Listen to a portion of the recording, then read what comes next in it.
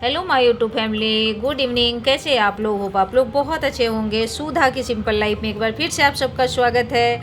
आज मैं फिर से घर से बाहर हूँ तो किसी काम से हूँ और अभी हो रहा है शाम के टाइम, तो झाजी का वेट कर रही हूँ क्योंकि झाजी पार्किंग में गाड़ी लगाने गए हैं। और ये देखिए मॉल के बाहर कितनी ज़्यादा भीड़ हो रखी है। अभी शाम के टाइम है तो हम मॉल के बाहर खड़े झाजी का वेट कर रहे हैं विद फैमिली, बट झाजी नहीं है, वो आ रहे हैं। तो आप लोग लास्ट तक बने रहिए। अच्छा लगे तो लाइक कर लीजिएगा, नए हैं चैनल पे तो स्माइल के साथ सब्सक्राइब कर लीजिएगा, बेल आइकन पे को ऑल पे रखिएगा, सॉरी, ताकि कोई भी वीडियो अपलोड करूँ तो उसका नोटिफिकेशन आप लोगों तक आए। अभी गर्मी है ना, तो गर्मी में शाम के टाइम निकलिए घर से तभी अच्छा लगता है, नहीं तो अर्ली मॉर्निंग ही ठीक लगता है। बीच का मौसम तो बहुत बेकार होता है। तो हम आप आ गए हैं जहाँ हमें जाना है, वहाँ पे आ गए हैं हम। झाजी और दोनों बाबू एक साथ है और मैं छुटकी एक साथ हूँ क्योंकि छुटकी मेरे साथ ही रहती है। कहाँ गए? हाँ, आ जाओ, लेकर आ जाओ।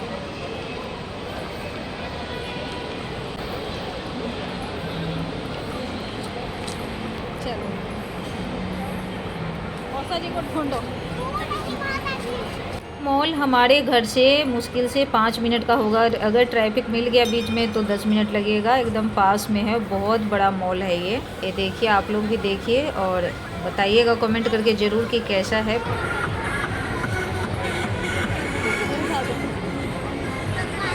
हाँ जी, हाँ, कल खाए थे ना।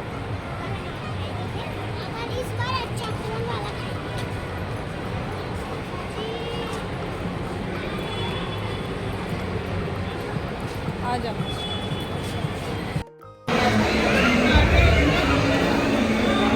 एक टोस्टर या ग्रिल भी लेना है।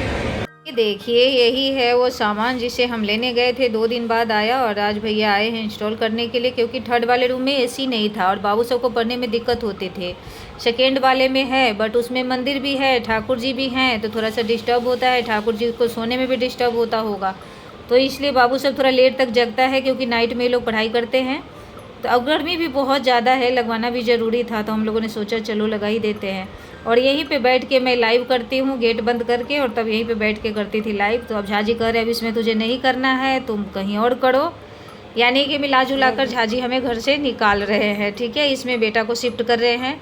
अब मुझे बोले आप किसी और में जाके करो, आप मंदिर वाले में जाके करो, इसमें उन लोगों को पढ़ाई में डिस्टर्ब नहीं होगी, अपना गेट बंद करके आराम से पढ़ते रहेंगे। तो अब आप लोग सोचेंगे अपने वाले रूम में क्यों नहीं करती है, तो मेरे वाले रूम में ना नेट बिल्कुल भी नहीं आता है। वहाँ पे जाते ही नेट ख़त्म हो जाता है, तो इसलिए मैं वहाँ नहीं कर सकती हूँ। तो अब लगता है कि नेट को ही शिफ्ट करना पड़ेगा। और आज मुझे थोड़ी सी खुशी भी हो रही है, इसलिए कि जब न्यू सामान कुछ घर में परचेज होकर आता है ना, तो बहुत अच्छा लगता है। पर्सनली मुझे बहुत अच्छा लगता है कि कोई चीज़ अगर मेरे घर में नया आता है तो।